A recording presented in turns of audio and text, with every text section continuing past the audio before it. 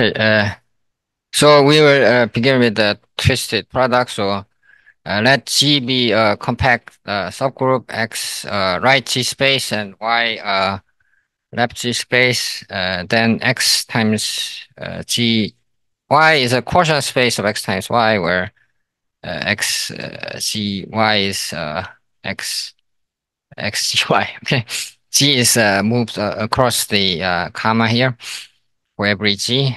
Okay.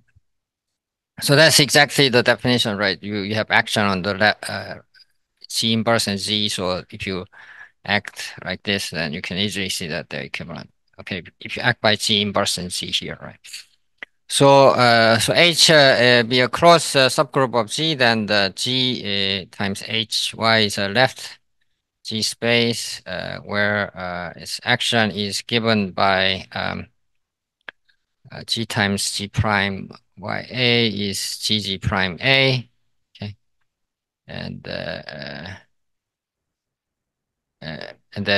right. So if you quotient say so G times H, and then so considering G as H space here, so you replace this X with G, and then this replace this G with H, and consider G as H space. Then this is the quotient space of X G times Y, right? So this is given by the left. So then you can also act on the left by the G here. So you take G on the G prime A, then like this. Okay. So again, this is well defined because action because it sends a equivalence class to equivalence class. So you take anything equivalent to this, which is going to be something multiplied by H and then HA, H inverse times H, right? So if you multiply by Z, then you still get H inverse HA here. So they're still equivalent. Okay. So you can see that equivalence class is go to equivalence class. So it respects the quotient topology. Okay. So it will induce an action on the quotient space. Okay. So that's a brief. And so then let's take A going to G times HA. So you induce a map by so it will induce a homeomorphism. So you take A mod H to G times H times A mod G. So you act on this G times HA space by the total G, then you see that so you can always make this part into trivial element. Okay, and then you can put this into some equivalence class of A. Uh, you can always make this into A here in this setting. And then and they could also, so there's could be some element of H here, so you have to mod up by H here. So you can easily see that that's a one-to-one and one-to map. So you can consider this way. So uh, okay, and then the isotropy group subgroup of EH in this space is, so you look at EH should be equal to GEH, and so that's equal to GA, and then that has to equal to H inverse HA because this is the equivalence class in here.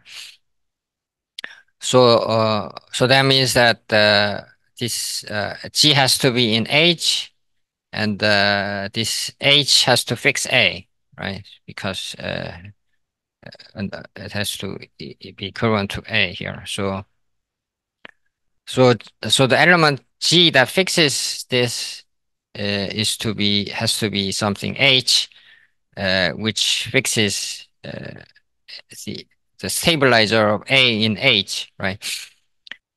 So as an example, you could take G to be S1, and then A is a unit disk, and the H equal to G3 is generated by E 2 pi I3.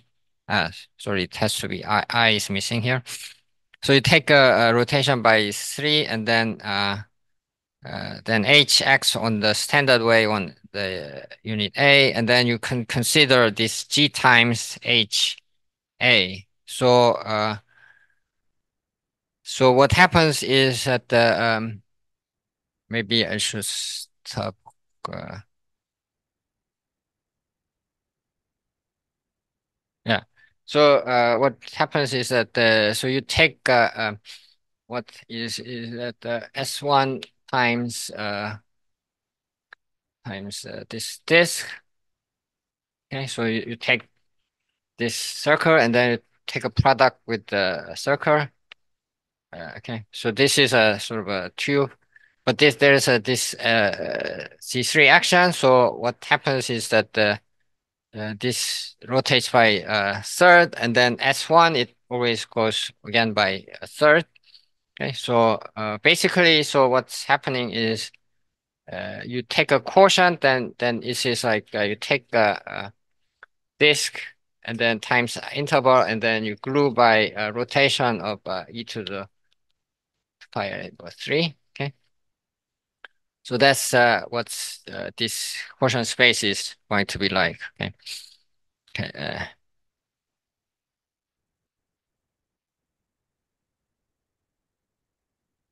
Okay, so that's is what's is happening here. So that's a kind of model of what's going on. So if you have some sort of S1 action, now S1 acts on the right. Okay, so then the point is that this they will give you some sort of a rotational flow, but that this flow is sort of twisted around the central part, right? Okay, so that's the basic idea of this kind of orbit action. So so the tube and slices, so let X be a G space and the P is an orbit type of G mod H. So H is some subgroup here. So G mod H means that the stabilizer is H. Okay, for that. So you look at the orbit of the some point with the stabilizer H. And the tube above P is a equivalent G equivalent embedding. So G times HA into an open neighborhood of P, where P is some space where X H X1. So you can model a neighborhood of orbit. So you have any orbit, then you can kind of model it if you can do this kind of embedding, right? So you can find a neighborhood where you can consider this as a twisted product. Okay, so most of the actions I mean, the compact group action can be understood like this, at least when it is smooth, or and of course G is compact. Of course, when G is not compact, you need some sort of properness for this to work, but it often works. So then every orbit passes image of E times A. Okay, so in this case, G acts on the left on this tube, uh, in this twisted product. So then if you look at E times A, then uh, so then it will pass through it. That's exactly this yeah, this statement that is on the isomers. Yeah, onto products at least. So in general, G axis HA for A in H for X is EA. Okay, so that's okay. So that's again this statement here. Okay, so in this setting here. Okay. So the what is a slice? So slice is a set X. Uh, so you take X a point X in X and the set X in S such that the GXS is S, and then so you take a point X and then you take a set S such that the stabilizer also acts on S. Okay, and then S is a slice if G times GXS goes to X, so that this GS goes to GS is a tube about GX. So you have some orbit GX here, and then you take some set S, okay, and then which is invariant under the stabilizer, and then if you can do the G times GXS, right? and then so there is some this if you map it like this, then suppose you can verify that it is a tube, then it's called a slice.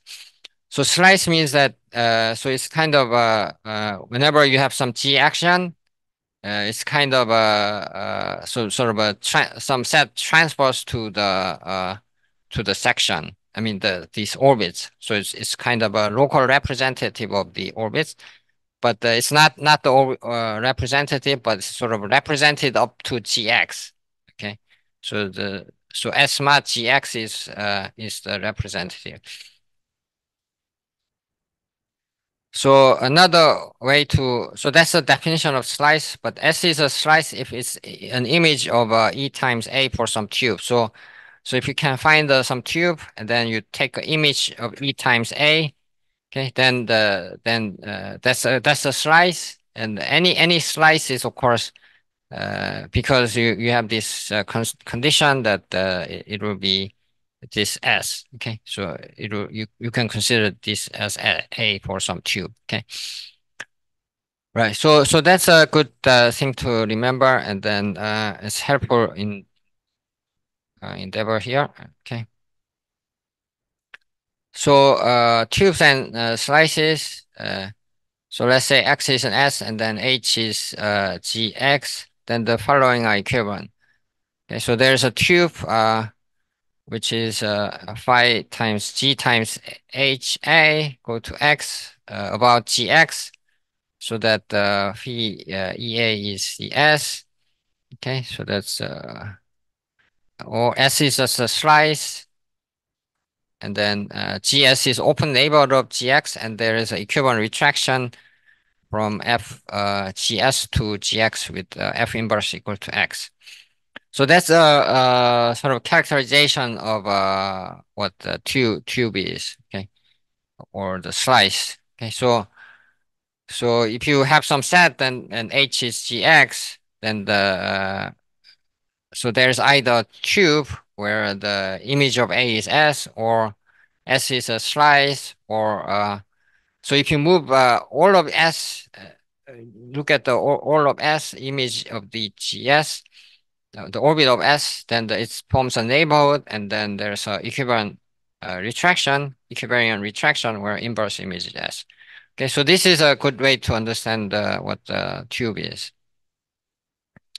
So please try to look at this kind of example and then see what this slice is. So slice will be a this disk here, um, and then tube is what we have, this glowing thing, and then so on. Okay, so that's kind of thing that you should remember. Yeah.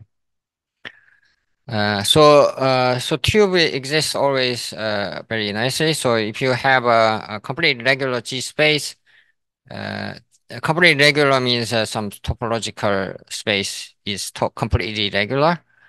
And then there is a tube about any orbit of a completely regular G space when G compact. So when G is compact, then if you take any orbit, then you can find the slice. Okay, so on the neighborhood.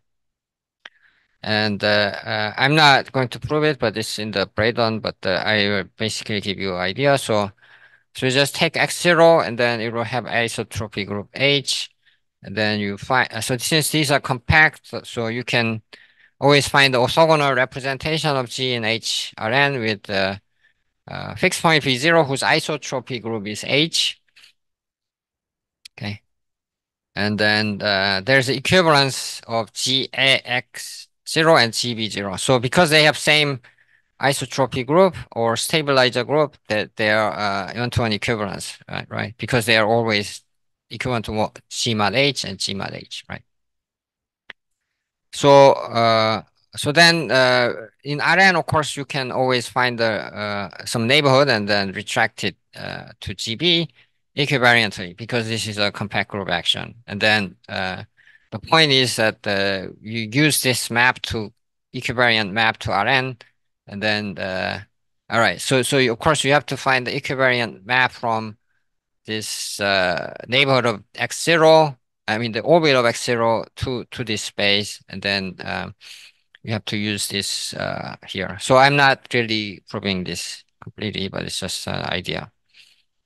Here again, this is in Breton, and so if G is a finite group acting on a manifold, then the tube is just the union of disjoint open sets, and the slice is an open subset where GX X1. So in the finite group case, so in the continuous group case, we have these complicated tubes. So G, for example, is S1 here. But if it's a discrete, it's just a finite group, then the tube is just union of just. So if you take X and then you take these orbits and then you take some disjoint open sets around this, which is equivariant on I mean GX1, which of course we can find open, and then the slice is just one of. If you take the one of them, then this will of course go over all the sets, right? Then you can show that it satisfies the property of the slice. Okay, so because we are working on the manifold, right? Okay. So finite group case slice is quite easy to see. And then the path lifting and the covering homotopy theorem. So let X be a G space and G is some compact Lie group, which includes finite groups. And then, so if you take any path, I going to X mod G, then of course you can always lift to this space. Okay. So that's not really a big thing. So it's very easy to prove. So I don't want to prove it. And let F be X, Y be a equivariant map. And you take so respect to G action, of course, X and Y are G spaces, and you take quotient space goes to quotient space. So this is an induced map, and then so suppose there's any map F prime X mod G go to times I go to Y times Z is a homotopy preserving orbit types that starts at F prime. So let's say this is just the homotopy, which means it's just the map, and then preserving the orbit type. So orbit type means the stabilizer group is the same. So if you take the one goes to the other, then the stabilizer will be the same for that point as well. So then you can always lift this map to X times I go to Y, starting at F. Okay. So these are, I mean, this is a usual covering space theory, but this also works for compact group action. So if G is finite and X is a smooth manifold with a smooth G action, and if the functions are smooth, then then the lift also can be chosen to be smooth. Again, see Braden for these kind of things. So we go to locally smooth action. So we want to look at the nicest case, and so let M be a G space and probably a manifold, and G compact Lie group, and P an orbit of type G mod H, which means the stabilizer is H, and V is a vector space where H X1 orthogonally. Then the linear tube of M is a tube of the form like this. So you can form G times H V go to M. And then so this is going to be homeomorphism because it's a tube, right? And S is a slice. Let S be a slice, and S is a linear slice if if G times GXS M is given by G goes to GS is equivalent to a linear slice.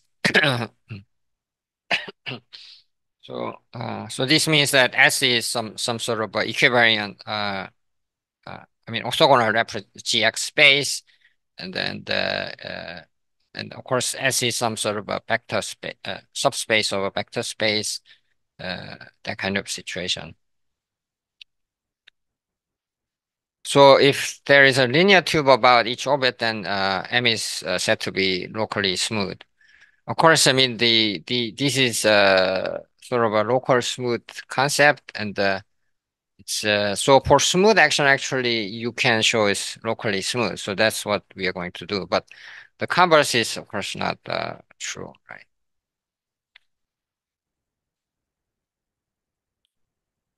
So there is a maximum orbit type GH for a G. So you have a G, and then G of course acts uh, on G, and then right. So you have some action, then the what's the maximum orbit type is the where the stabilizer is actually the minimal. Okay, so that's the maximal orbit time means the stabilizer, the smallest in the actions. Okay,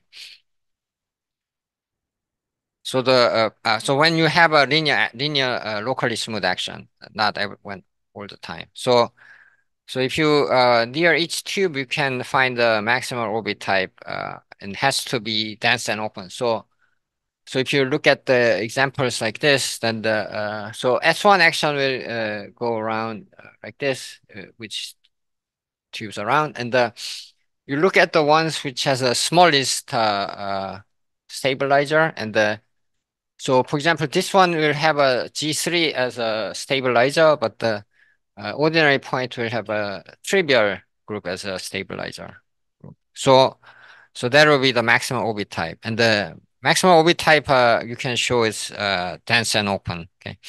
So again, that's in Breton. I'm not really proving it. So maximum orbit obtain called principal orbit. So if you can obtain it like this, then it's called the principal orbit. And if M is a smooth manifold and the compact Lie group G acts smoothly, then this is true. So for smooth manifold and compact Lie group acts smoothly, then this is a locally smooth action.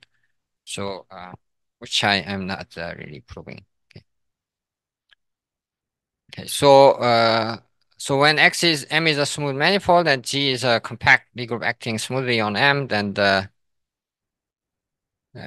so if G is finite, then this is equivalent to the fact that for each IG, G given by X to GX is diffeomorphism,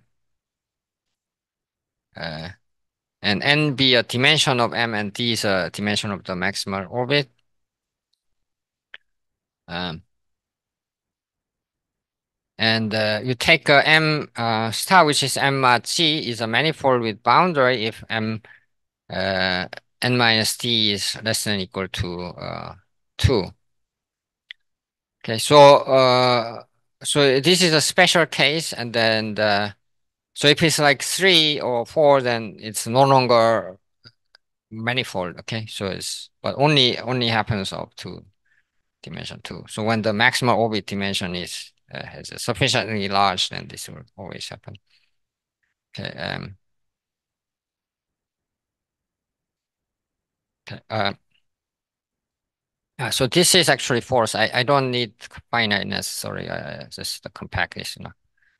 Uh, I mean, it doesn't, I don't need any assumption here. So why did I? That? Sorry. So the proof of this is that the K be the codimensional principal orbit. So you take the principal orbit, and then this is only codimension up to 2. Then you take a linear tube like this, which is, then the orbit space of this linear tube is just B star. Okay. So where star means you take the quotient under the stabilizer group. So S be a linear unit sphere in V, and then V star is just some sort of a cone over these S star. Okay, S star is the equivalence class of when you map under these orbit spaces. Star means the equivalence class under space, because B is actually the cone over the unit sphere. So you take this is an orthogonal action. So therefore you take the quotient, so it will still be the cone. Okay, so that's the relation we're using. So dimensional M star, so the equivalence class of M is dimensional B star, because under G action, this is the same. So locally, it should be always like B star. So it'll be locally B star. So dimension is the same. And it's cone over S star, so it has a dimension +1. So if K is 0, then of course this dimension is so this dimension is 0, right? K is 0, then M star is discrete. So so that's naturally a manifold. If M is a sphere, then M star can be one or two points. Okay.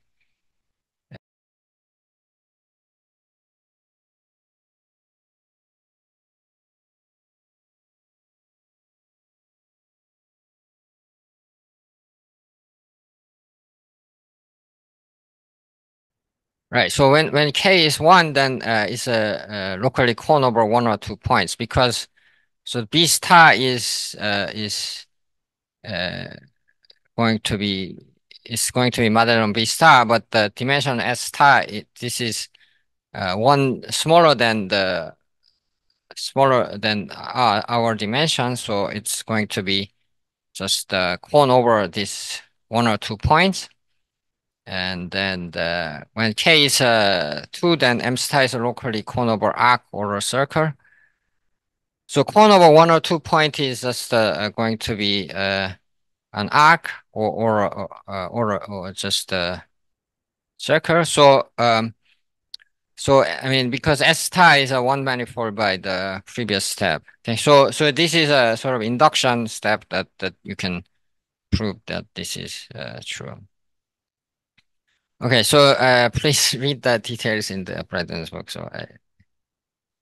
But if you have R3, and then you have G2 action written by the antipodal map, then you take the quotient. This is not a manifold, because at the so the this is a singular manifold where the quotient at the center, so the origin will go to a point which has a no, not really a Bohr neighborhood, but it's actually cone over RP2, so it's distinct from the Bohr itself or any neighborhood. So this is result will be not a manifold. So let's go back to smooth action. So let G be a compact Lie group acting smoothly on M. Then there exists invariant Riemannian metric on M. And so GX now is a smooth manifold, and G mod GX is going to orbit is a diffeomorphism. And exponential map. So you take any point X in TP, then so there's a unique geodesic with tangent vector P equal to X, and the exponential map is defined like this. So if you have A is an invariant smooth manifold, then A has an open invariant tubular neighborhood. Okay, uh, so so since G is a isometric action, and so you can find the orthogonal vector space, and then you can find the tubular neighborhood. So smooth action of compact Lie group is locally smooth. So you use the fact that orbits are smooth submanifold, and you take the orthogonal vector subspaces, and that will give you the image of this orthogonal space. Small neighborhood of will be give you the slice effect. Okay. So the some facts needed later is the subspace of the same orbit type GH is a smooth locally closed submanifold of M. So locally closed means that you for each point of the set you can find a neighborhood where if you intersect that neighborhood with that set, then it's a closed submanifold, a subset of that open neighborhood. Or you can think of this as the intersection of closed set with the open set. But that's locally closed, what that close means. That's a sometimes useful notion, actually. Uh, so it means that you can take a you can take a closure inside some neighborhood. Okay. So if A is a closed invariant submanifold, then any two open invariant tubular neighborhoods are equivalently isotopic. So right. So the first statement says that if you take the same orbit type points, you take all the same orbit type points, then it will give you some locally smooth submanifold of M. The second is that A is a close-up invariant manifold, and any two open. So you take any tubular neighborhood, tube neighborhood, and the tubular neighborhood which are invariant, and they are also equivariantly isotopic. Uh, so tubular neighborhood is theorem is that if you have any some manifold, then you can find the product neighborhood which are isotopic to each other.